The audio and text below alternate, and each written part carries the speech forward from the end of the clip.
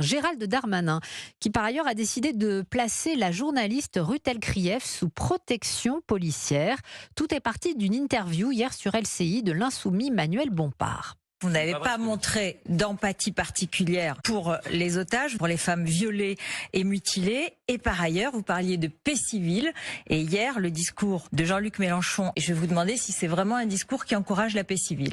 Alexis de la Fontaine, les propos de Ruth Elkrief n'ont pas plu du tout à Jean-Luc Mélenchon. Oui, Jean-Luc Mélenchon s'est empressé de lui répondre sur Twitter. Manipulatrice, si on n'injurie pas les musulmans, cette fanatique s'indigne. Quelle honte. Elkrief réduit toute la vie politique à son mépris des musulmans. Écrit le leader insoumis, des propos condamnés par un très grand nombre de journalistes qui y voient de l'antisémitisme. Gérald Darmanin monte aussi au créneau.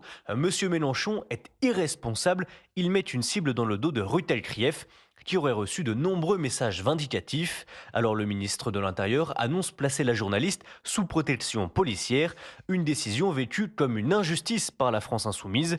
Nous sommes plusieurs menacés de mort, Jean-Luc Mélenchon est visé par des attentats et Darmanin n'a jamais levé le petit doigt, scande le député Thomas Porte. Et sa collègue Mathilde Panot ajoute « Sans aucune aide de l'État, nous devons organiser notre propre sécurité ». Selon les informations d'Europe 1, le ministère de l'Intérieur a bien tenté à plusieurs reprises de contacter la France insoumise et Jean-Luc Mélenchon lui-même pour mettre en place une protection policière.